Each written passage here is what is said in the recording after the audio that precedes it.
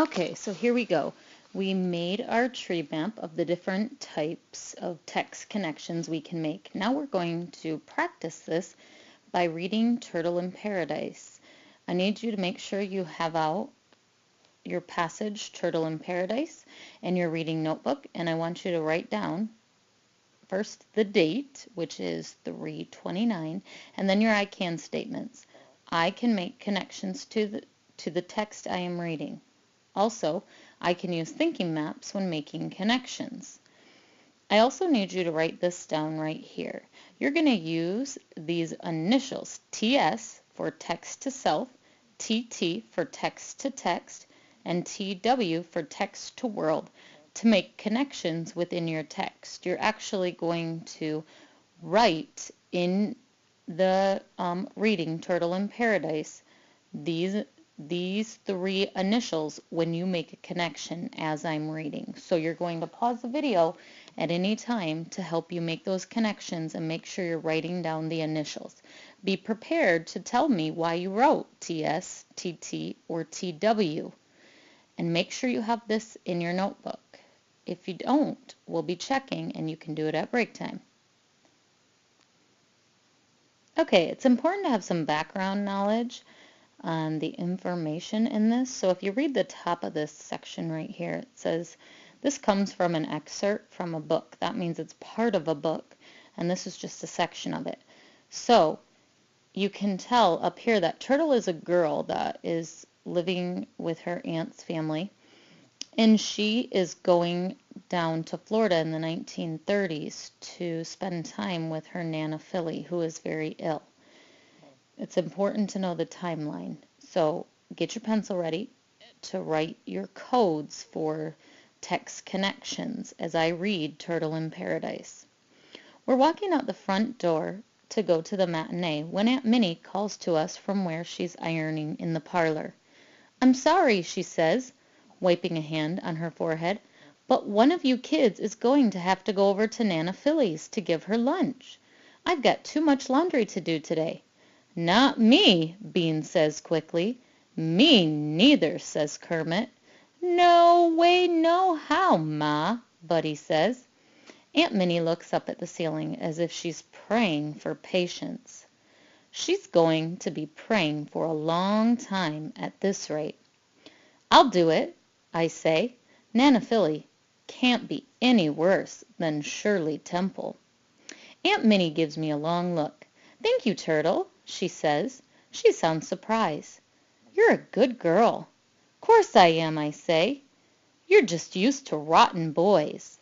So right here I would make a text to self connection because I was thinking about how I'm surrounded by boys, and I can make a connection to myself there, which we'll talk about later.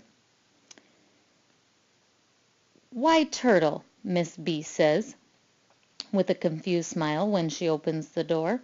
"How lovely to see you. But I was expecting your aunt. Aunt Minnie's got laundry. I'll give Nana Philly her lunch," I say. "Aren't you a dear?" she says. "Well, whatever you make her, just be sure it's soft." She lowers her voice a notch. Her teeth aren't very good. "All right," I say. "I won't be long," she says, walking down the steps. "You're so sweet to do this." But I'm not sweet. I'm curious. It's not every day you find out you have a grandmother you didn't even know was alive. And despite what everyone says about Nana Philly being terrible, I've been wanting to see if she'll be different with me. After all, I'm a girl. Maybe she just hates boys. Wouldn't blame her if she did. I walk into the house with fresh eyes. This is where Mama grew up. 1,000 questions flash through my mind. Which bedroom did she sleep in? Did she run up and down the hallway? Did she sit in the piano? I hope not. Oh, sit at the piano, sorry. I hope not. The stool doesn't look too steady. Nana Philly is sitting in the rocking chair in her bedroom, reading a new magazine. She's dressed the same way as when I first saw her. "I don't know if you remember me, but I'm Turtle," I say, "your granddaughter." She looks up. "Sadie Bell's girl?" and blinks. Mama's in New Jersey, I explain. She got a job as a housekeeper to a rich lady. Nana Philly stares at me. I'm supposed to make you lunch. You hungry? I ask. The old lady doesn't say anything. She just looks back down at her magazine. It's not exactly the tearful reunion I was imagining, although maybe that blink was her way of saying she was happy to see me. Then again, maybe she has dust in her eye. I go into the kitchen and look around. Mama's always making fancy lunches for the ladies she works for. You don't even know people. You wouldn't even know people were standing in bread lines if you walked in and saw what they were eating. Iced cantaloupe, shrimp, aspic, caviar sandwiches, cream with cream cheese, hearts of lettuce and French dressing, meringue cookies. There's no caviar, ice cream, or cream cheese in sight, but there is bread on the table and milk in the ice box. So I decide to make milk toast. I toast up some bread, stick in the bowl, and pour milk over it. It's tasty, and it's mushy. Nana Philly eyes the bowl suspiciously when I place it on the little table in front of her. It's milk toast, I say. We eat it all the time. Strange as it seems, I want her to like it. She doesn't move, and then I realize why. Oh no, I forgot your spoon, I say, and I rush back into the kitchen. I hear a thump, and when I return, the bowl is lying face down on the floor, milk splattered everywhere. What happened? I asked. Nana Philly doesn't say anything. Not that I really expect her to. I must have put it too close to the edge, I say, and clean up the mess. Then I set about making another bowl of milk toast. I bring it out with a spoon this time and place it in front of her on the little table. Here you go, I say. I hope you like it. She looks at the bowl for a moment and then her hands and whips out and knocks it right off the table and onto the floor. I'm so shocked I just stand there. I didn't really believe what the boys said about her before, but I do now. You did that on purpose, I say. Why, I'm your granddaughter. Her mouth twitches as if this amuses her. Something hopeful in me hardens. She reminds me of all the rotten kids I've ever lived with. You don't scare me, I say. I clean up the mess again and make another bowl of milk toast. But this time I don't give it to the mean old lady who's my grandmother. Instead, I sit down in a chair and start eating. She stares at me, her eyes following every spoonful. This is delicious, I say and smile. Shame you spilled yours. I swear I can see her mouth watering. When Miss B returns, Nana Philly and I are sitting in the parlor. Did you two have a nice lunch? We had a lovely time, I say. Would you like to come again tomorrow? Give your poor aunt a break? Miss B asks. Sure, I say and smile sweetly at Nana Philly. I'm looking forward to getting to know my grandmother. Miss B's waiting for me on the front porch with her shopping basket when I arrive the next afternoon. There's grits and grunts and gravy on the stove and guava duff for dessert. There's plenty for both of you, Miss B says. I've got shopping to do, so I might be a while. Take your time, I say. Thank you, Turtle, she says. You're a dear. Nana Philly's in her room, looking at a magazine as usual. I notice it's upside down. Must be some real interesting reading you got there, I say. The old woman ignores me, so I go into the kitchen. I spoon out 2 bowls of grits and grunts and gravy. Folks here eat this all the time. Grunts are little fish and grits are like porridge. It's the one good thing about Key West.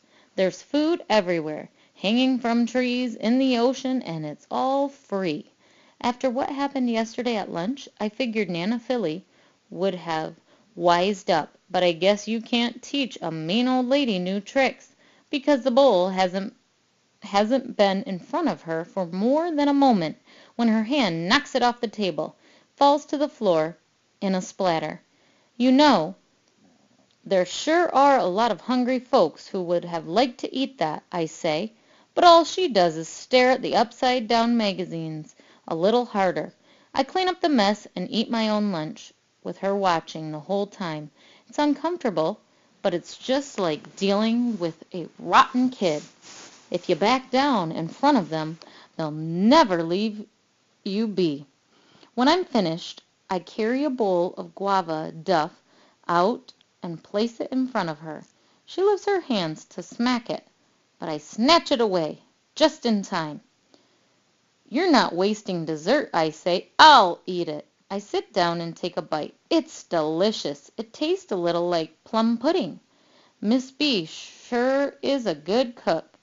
Nana Philly pretends to ignore me, but I can tell she's watching. She reminds me of a lobster, with her beady eyes peeking out at me from under her red hat. Mamma's a good cook, too. She makes the best caramel custard. One of our old employers, Mr. Hearn, couldn't get enough of it. He had her make it 4 nights a week. I studied Nana Philly closely. You know, Mamma told me you were dead. She glances down quickly, and it comes to me. You were mean to her, too, weren't you? I ask. Is that why she hasn't come back to Key West? My grandmother doesn't look up. I know the answer to my own question. Poor Mamma, I whisper. Chased off by her own mother. No wonder she's such a wreck. A shadow crosses Nana Philly's face, and for a brief moment I see something like regret in her blue eyes. But then it's gone. It happens, just like in the Bible. On the 3rd day there's a miracle.